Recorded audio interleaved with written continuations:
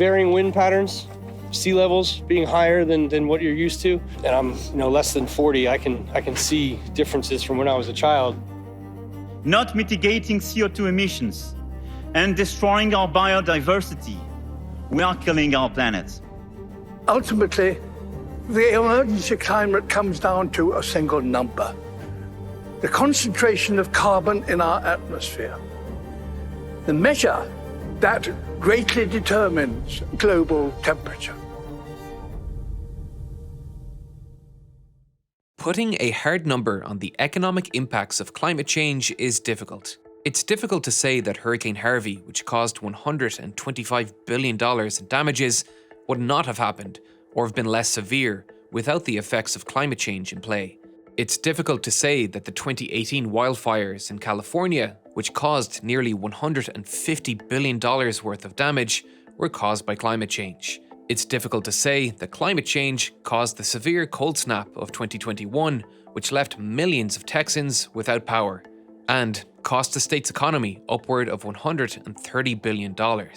But it's not difficult to say that these natural disasters have been increasing in frequency and severity, and the reasons for this are well understood and documented. Multiple studies across industries have all agreed that climate change driven by human carbon emissions is going to cause severe economic unrest. And that's ignoring the obvious human impacts of these natural disasters.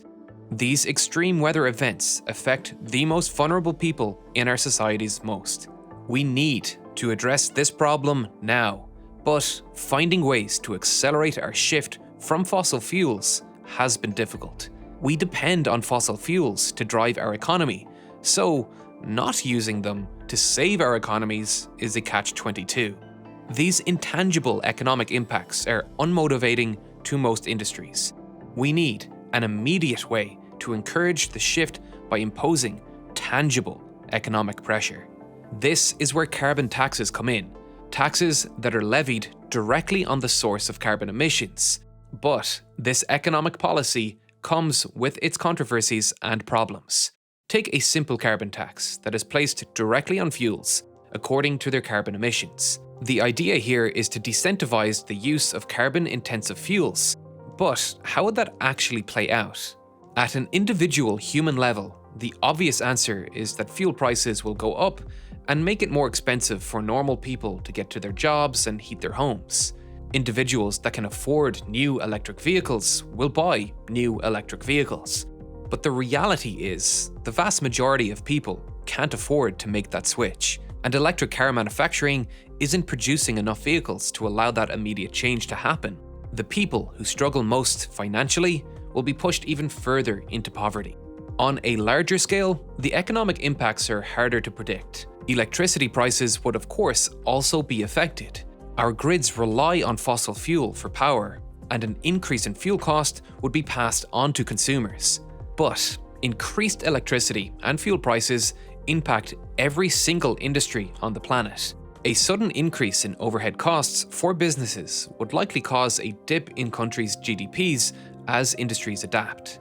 These are serious issues that governments need to consider and weigh up against future and often intangible economic losses as a result of climate change. There are so many variables we need to consider when creating policies like this. They need to be high enough to make high carbon intensity fuels, like coal, really unattractive and force them out of the market. But they can't be so high that they cripple the economy. What should the revenue be spent on? Should the money go back into rebates for lower economic classes that are going to feel the pinch most? Or should they be used as a tax swap for corporations to reduce the drop in GDP? Today, we're going to examine these questions with the help of two computer models and the work of MIT researchers who combined the two models to predict the under various taxation scenarios. The models used were the REEDS model developed by the US Department of Energy to simulate the electric grid, and the US REP model developed by MIT, which simulates the electric grid's effect on the US economy. Combined, these computer models allowed the researchers to make predictions on how different policies would affect not just the electrical grid, but the US economy as a whole.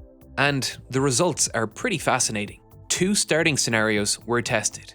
Starting in 2020, the carbon tax would start at either $25 per tonne of CO2 or $50 per tonne of CO2. So how does that work? How do we measure CO2 release? One way we can do this is by taxing fuels according to their carbon dioxide emissions per million BTU, which stands for British Thermal Unit, and I refuse to use it. So let's do a quick conversion to the big boy pants scientific unit of joules, which more or less equals 1 gigajoule plus some change. 1 gigajoule of coal is only about 35 kilograms of coal, maybe 2 bags of your traditional home heating coal. Coal emits about 0.1 metric ton of carbon dioxide per gigajoule. If we priced our carbon tax at $50 per metric ton, that would result in $5 of additional cost. However, we can see that natural gas releases about half the carbon dioxide that coal does, making its penalties half that of coal, and thus giving it a major advantage in the market. Next, these studies applied 2 annual rates of carbon tax hikes, one where the tax would increase by 1% a year, and one where it increased 5% a year. Combined, this gives us 4 scenarios. Let's see what happens in these 4 scenarios. The electricity price projections from 2020 through 2050 for each scenario looked like this. Unsurprisingly, electricity prices jumped in all 4, with the initial spike being entirely determined by the starting tax of $25 and $50 per tonne of CO2. But despite the tax increasing by 1% or 5% every year, the prices do not continually increase. The electricity grid adapts and evolves to the new tax environment very quickly. With the most aggressive tax policy, the initial price spike is 50%, a very large increase, which decreases to 30% by 2030 and then decreases again in 2040. These price increases are daunting, but it's incredible to see how this simulated electric grid adapted. This is the energy generation projection for the entire US under a no-tax reference case. Coal, natural gas, and nuclear provide the brunt of the country's energy, with the only major drivers for change being cheap wind and solar increasing in generation and being supported by rapid response natural gas power plants, both eating into coal's percentage. 30 years with only a minor increase in renewable energy. However, this is what happens under the high tax scenario. Coal is immediately and unceremoniously yeeted from the electric grid. Its high carbon intensity power becomes completely unviable. Within only a few years, the coal power plants are throttled out of existence, while natural gas power plants and wind energy quickly take over the void left behind. Solar energy gradually increases in capacity, but the study does mention that the mix of solar and wind is highly sensitive to assumptions made in the model. Most interestingly, in this high tax scenario, a completely new type of technology appears around 2040. With that $50 carbon tax increasing by 5% every year, the carbon tax in 2040 in this scenario will be $133 per tonne of CO2. And at this stage, it actually becomes economical to combine natural gas with direct carbon capture. Direct carbon capture, a technology that absorbs carbon dioxide directly from the air, currently costs between $250 to $600 per tonne. It's nowhere near cost effective, but that price is expected to continue falling. And it will be a lot cheaper to extract carbon dioxide from the exhaust of a gas turbine than trying to capture it after it's diluted into the atmosphere. And say by 2040, we manage to get the price down to $100 per tonne. Combining this technology with natural gas plants will make a lot of sense. And that's $33 of cost savings for every tonne of captured carbon dioxide. What's truly encouraging is that under this scenario, carbon dioxide released drops by over 90% by 2050. If we plot the other tax scenarios on this graph, this is what we get. The big takeaway from this particular graph is that the $25 at 5% growth is more effective long-term than the $50 at 1%, which makes perfect sense as the high-growth $25 tax overtakes the low-growth $50 tax within 18 years. This plays out with our emission projections too, with emission reductions stagnating for the 1% growth scenario. They just about manage to offset increases in emissions from economic growth, which is not enough. It's clear a higher rate of increase of 5% is needed to encourage rapid responses from industries. All 4 scenarios resulted in coal dying. It seems the magic number to make that happen is around $30 to $40 per ton of carbon dioxide. And in every scenario, eliminating coal is what drives the major drops in carbon emissions. And we absolutely need to prioritize getting it out of our energy generation mix. So, what actually happens to all that money raised? This graph shows the revenue raised under the 4 different conditions, with the high tax, high growth scenario raising over $600 billion. What should we actually do with this money? It doesn't just vanish.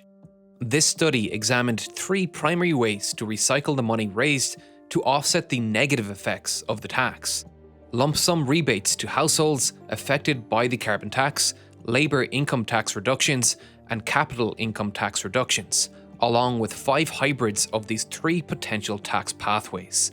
They found that direct returns of the money to households is the most progressive, meaning it minimises the impact to low-income households. However, they found that direct capital tax reductions are the most efficient for maintaining the economy. It's essentially a tax swap. Any money raised from the carbon tax is just used to reduce capital gains. But this is the least progressive policy, favouring richer households. The best policy seems to be a hybrid system where 6 to 8% of the carbon tax is recycled to low-income houses, while the rest goes directly to a tax swap with capital tax. This seems like a happy medium between progressivity and economic efficiency. It's clear that carbon taxes work. Straight taxation of the fuels is the easiest to understand, but places like California have implemented cap and trade systems that put a hard cap on carbon emissions with allowances to different companies. Companies that manage to reduce their emissions can then trade that allowance to other companies that need it. This is a much harder system to keep track of, however, as there is no easy way to monitor companies' emissions across activities. And we have seen, with high-profile cases like Volkswagen's emission cheating technology that was fitted to 11 million vehicles, that companies are willing to find ways to cheat these systems if possible. A direct tax on fuels is impossible to cheat. This system works. It forces polluters to adapt their business quickly. It causes a radical reduction in carbon emissions and encourages innovation. Many countries are implementing carbon taxes and are gradually ratcheting them up, but the United States is not one of them. In fact, the fossil fuel industry is still benefiting from massive tax subsidies, while their own lobbyists fight against carbon tax with the high IQ argument of taxes are bad. No one wants to pay more taxes, but the reality is, this tax can be implemented and result in no extra tax revenue being raised. It just shifts where the taxes are being pulled from and encourages the shift to low carbon energy, and that will save us millions of dollars in the long run from reducing the impact of climate change on our planet. This is one of the few videos we've made where we've focused on a single study. Videos like this can feel really dry, just filled with data and graphs. We've tried to make subjects like this as interesting as possible because it's incredibly important that this information be publicly known and understood.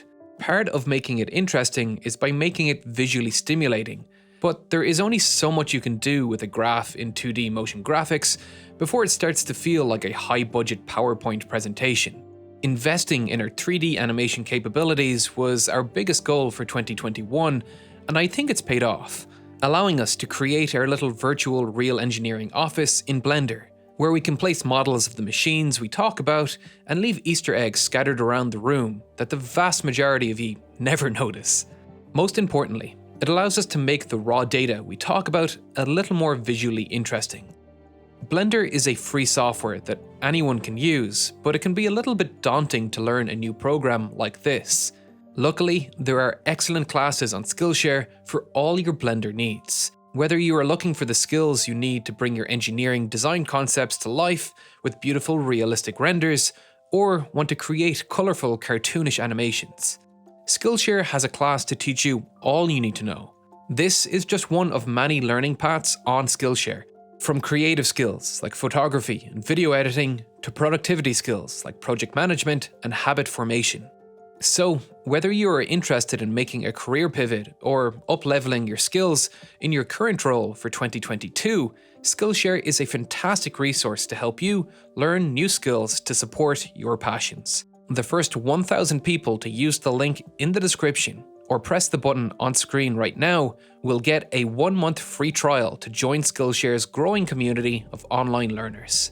If you're looking for something else to watch right now, you could watch our last video on the incredible engineering of the James Webb Telescope, or watch Real Science's latest video on the material properties of spider silk.